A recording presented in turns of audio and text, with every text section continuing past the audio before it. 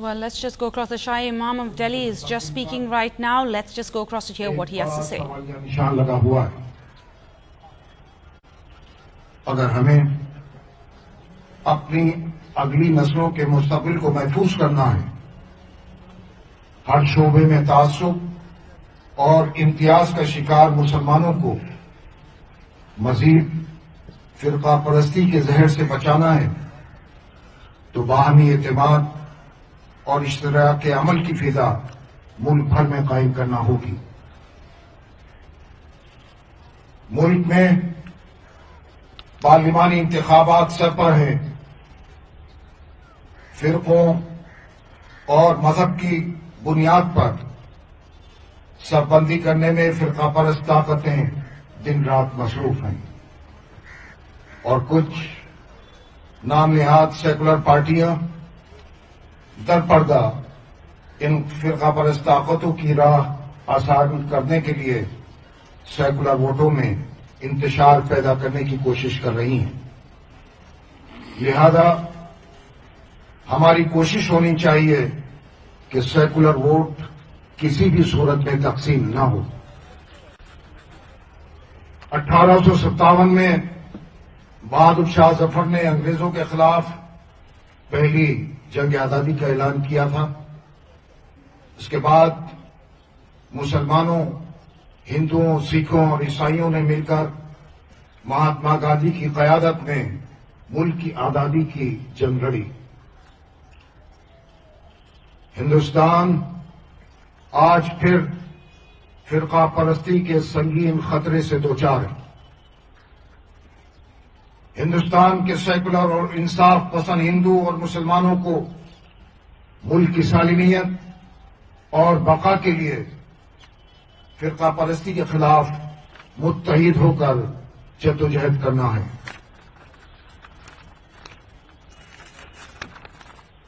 ملک کے عوام کو یہ طے کرنا ہے کہ یہ ملک مہاتما گاندھی اور مولانا ابوالکلام آزاد کے سیکولرزم کے راستے پر چلے گا یا فرقہ پرست طاقتوں کے چنگل میں جائے گا.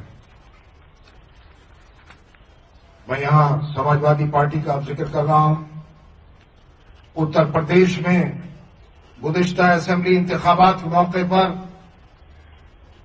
سماجوادی پارٹی کے صدر ملائم سنگھ یادو کی زبانی اور تحریری یقین دہانیوں کے پیش نظر ہم نے حمایت دینے کا فیصلہ کیا تھا. لیکن 2 سالہ دور اقتدار میں سماجوادی پارٹی نے مسلمانوں کے تعلق سے کیے گئے اپنے وعدوں کو پورا نہیں کیا. وعدے تو پورے کیا کرتے. اس حکومت نے اتنی کم مدت میں 100 سے زائد فرقہ وارانہ فسادات میں مسلمانوں کی جان و مال کی تباہی میں اہم رول ادا کیا. یہ میں نہیں کہہ رہا ہوں. سپریم کورٹ نے مظفر نگر فسادات سے متعلق ایک پٹیشن پر سماعت کے دوران کہا مظفر نگر فساد کے لیے اتر پردیش سرکار ذمہ دار ہے. یہی نہیں، سپریم کورٹ نے اتر پردیش سرکار کی سرزنش کرتے ہوئے کہا کہ اگر حکومت نے لاپرواہی نہیں کی ہوتی تو فسادات روکے جا سکتے تھے. اس کے علاوہ شری ملائم سنگھ یادو نے مسلمانوں کو ریزرویشن دینے کے ساتھ انتظامیہ اور حکومت نے مسلمانوں کو حصہ داری دینے کا بھی وعدہ کیا تھا. مگر افسوس یہ ہے کہ سماجوادی پارٹی مسلمانوں کو نہ صرف ان کے حقوق دینے میں ناکام رہی بلکہ وہ مسلمانوں کی جان و مال کی حفاظت کرنے میں بھی پوری طرح ناکام رہی. مظفر نگر اور دیگر فرقہ وارانہ فسادات سے ایک بات ثابت ہوتی ہے کہ ریاستی حکومت کی فرقہ پرست عناصر سے سازگار ہے. لہذا سماجوادی پارٹی کی حمایت کا سوال ہی پیدا نہیں ہوتا. بہوجن سماج پارٹی اتر پردیش میں دوسری بڑی پارٹی بہوجن سماج پارٹی ہے. بی ایس پی کے کچھ रहनुमाओं ने चंद महीने के दौरान मुझसे गुफ्तगू की और हमारे एक नुमाइंदा वफ्द ने लखनऊ जाकर बीएसपी के एक सादिक वजीर से मुसलमानों के मसाइल पर और इंतखाबात के बाद एनडीए के तईं उनकी पार्टी के मौक़िफ़ पर तफसीली बातचीत की, लेकिन दौरान गुफ्तगू उनके रवैये और एनडीए के बारे में उनकी खामोशी ने इस संदेशों को तक़वियत दी कि इक़्तिदार हासिल करने के लिए बीएसपी किसी के भी साथ और किसी हद तक जा सकती है। बहुजन समाज पार्टी ने जिस मौका परस्ती का मुजाहरा किया है, उसके पेश नजर बहुजन समाज पार्टी की भी हिमायत नहीं की जा सकती। इसके अलावा समाजवादी पार्टी के साथ साथ बीएसपी भी इलाकाई पार्टियां हैं और कौमी सतह पर होने वाले पार्लिमानी इंतखाबात में ऐसी किसी पार्टी को वोट देना वोट जाये करने के बराबर है। तृणमूल कांग्रेस मगरबी बंगाल में सूरत हाल मुख्तलिफ है और वहां की तृणमूल सरकार ने मुसलमानों के मसाइल हल करने के लिए कुछ पेशरफ्त की है और उनके इक़दामात से ऐसा अंदाजा होता है कि ममता बनर्जी मुस्तकबिल में भी मुसलमानों के मसाइल हल करने की संजीदगी से कोशिश करेंगी। मगरबी बंगाल के वोटरों से मेरी अपील है कि वो तृणमूल कांग्रेस को उम्मीदवारों को कामयाब बनाए, क्योंकि मरकज में किसी की भी हुकूमत बने, इस सिलसिले में तृणमूल कांग्रेस का रोल बहुत अहम होगा। तृणमूल कांग्रेस वो कि एक इलाकाई पार्टी है, लेकिन तृणमूल कांग्रेस की कारकर्दगी, अक़लियतों के मसाइल पर उनकी संजीदगी और ममता बनर्जी की ये यकीन दहानी कि वो एनडीए में किसी भी सूरत में शामिल नहीं होंगी को जहन में रखते हुए तृणमूल कांग्रेस की हिमायत का फैसला किया गया है। कांग्रेस सदर मिसेस सोनिया गांधी से मुसलमानों के मसाइल, फिरकावाराना फसादात, तालीम, रोजगार, सच्चर कमेटी और रंगनाथ मिश्रा कमीशन की सिफारिशात का निफाज और मुसलमानों के जान और माल के तहफ़्फ़ुज़ को यकीनी बनाने जैसे उमूर पर तफसीली गुफ्तगू हुई। लिहाजा मैं आज लोकसभा इंतखाबात 2014 के लिए कांग्रेस की हिमायत का ऐलान करता हूं, इस एतमाद के साथ कि इक़्तिदार में आने की सूरत में वो अपने वादों को पूरा करेगी।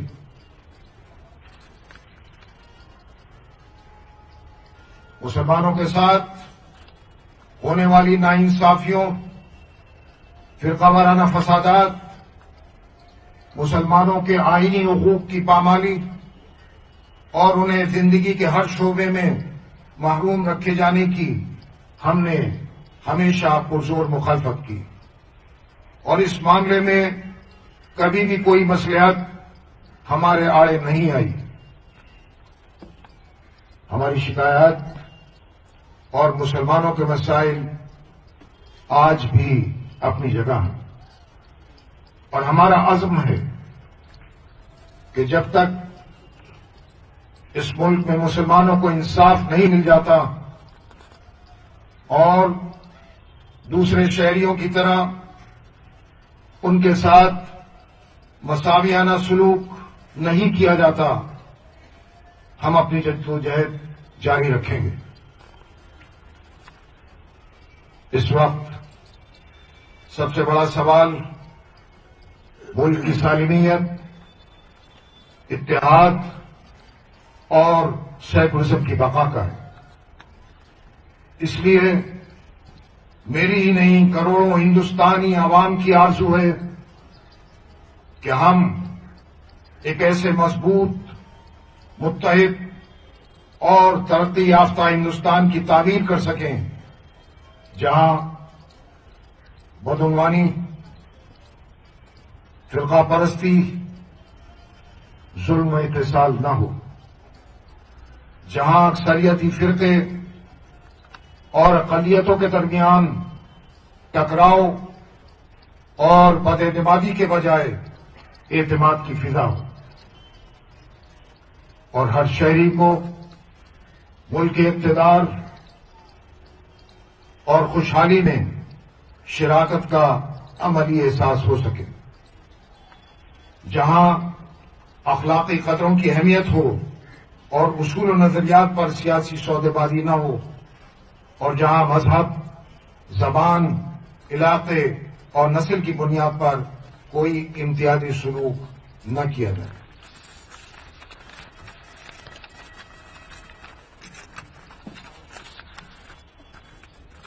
ٹھیک ہے.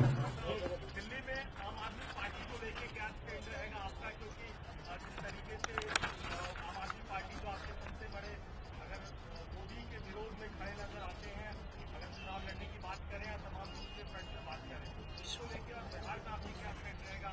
آپ نے کانگریس کی بات کی دو پارٹیاں ہیں آپ کی باڈی پہلے عام آدمی پارٹی. دیکھیے کہ ہاں، یا تو میں کانگریس کی بات کروں گا،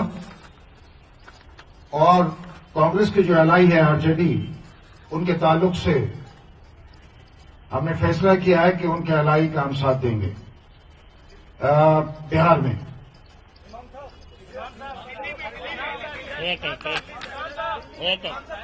آپ کانگریس کی حمایت کر رہے ہیں، جب بھی اسی دائز سے، اسی پلیٹ فارم سے ہمیشہ آپ کانگریس کو برا کہتے رہے.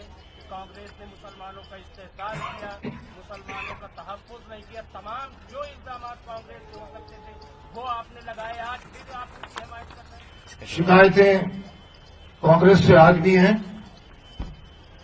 اس کا مطلب یہ نہیں کہ ملک فرقہ پرستوں کے حوالے کر دیا جائے.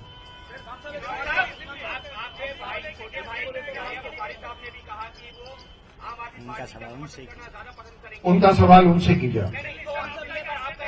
ان سے سوال کیجیے. نو کمنٹ.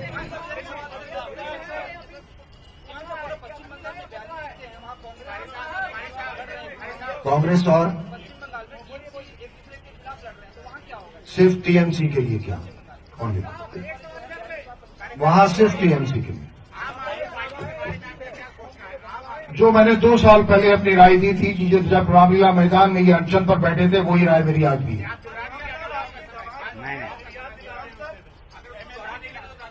آپ کو یاد ہوگا.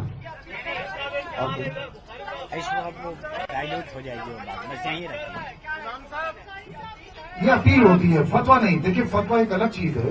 فتویٰ کوئی بھی مفتی کسی ایک مسئلے پر شرعی رائے لینے کے لیے لیتا ہے، وہ فتویٰ نہیں ہوتا، اور کوئی باؤنڈ نہیں ہوتا. دیکھیے، فتویٰ بھی اگر کوئی دیتا ہے تو وہ باؤنڈ نہیں ہوتا کہ اس فتوے پر عمل کرے. وہ ایک رائے لیتا ہے، مفتی رائے دے دیتا، وہ جو شرعی اس کی حیثیت ہے وہ دے دیتا ہے. اور یہ ایک اپیل ہے. اپیل ہے. اپیل بھی نہیں کی آپ نے تو حمایت. اور یہ تو میں نے صرف حمایت کی ہے. میں ایک شہری ہونے کے ناطے اور ایک ووٹر ہونے کے ناطے اپیل اپنی رائے دے رہا ہوں.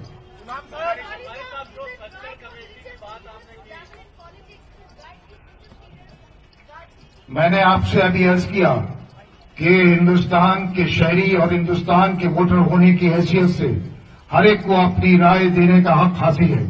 ہندوستان کے دستور میں کہیں یہ پابندی نہیں ہے کہ ہندوستان کا کوئی مذہبی رہنما رائے نہیں دے سکتا. جامع مسجد وال سٹی کی ہم بات کر رہے ہیں.